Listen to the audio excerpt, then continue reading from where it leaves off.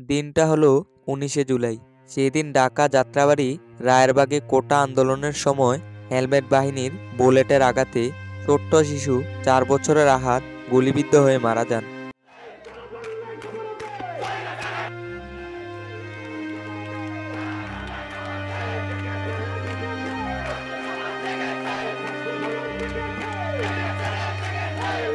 বাবা বাবা আমি তোমার বুকে থাকবো। আচ্ছা বাবা, ঠিক আছে।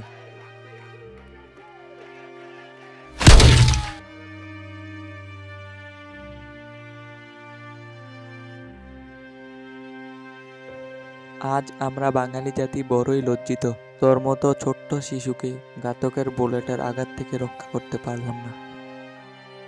সেই দিন শুধু যাত্রাবাড়ি নয়, নারায়ণগঞ্জের নয়ামাটি এলাকায় শিশু রিয়া দুপুরের খাবার খেয়ে ছাদে খেলতে গেছিল। গাড়ি চলে বুম বুম।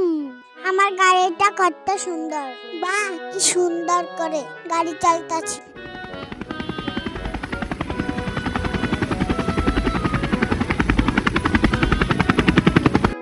দেখো বাবা, আকাশে কি সুন্দর হেলিকপ্টার উঠতেছে, আমি উড়বো।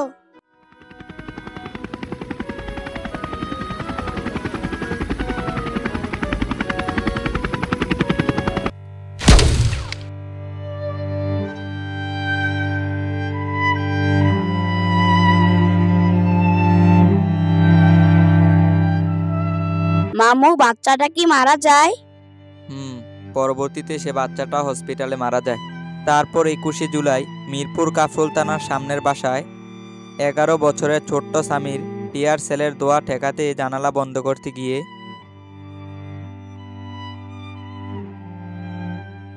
এই বাইরে থেকে ধোঁয়া আসতেছে, জানলাটা বন্ধ কর। আচ্ছা থাক, তোর লাগানো লাগবে না, আমি লাগাই। না, আমি লাগাবো, যাও।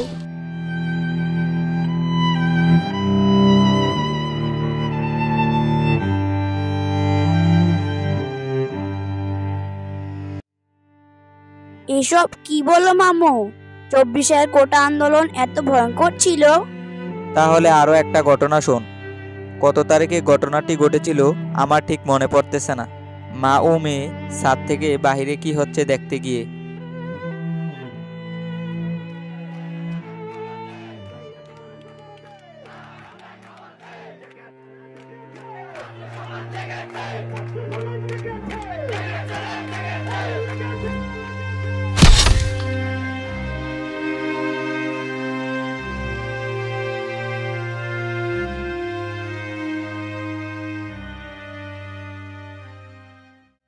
তোমার কথা শুনে আমার কষ্ট হচ্ছে।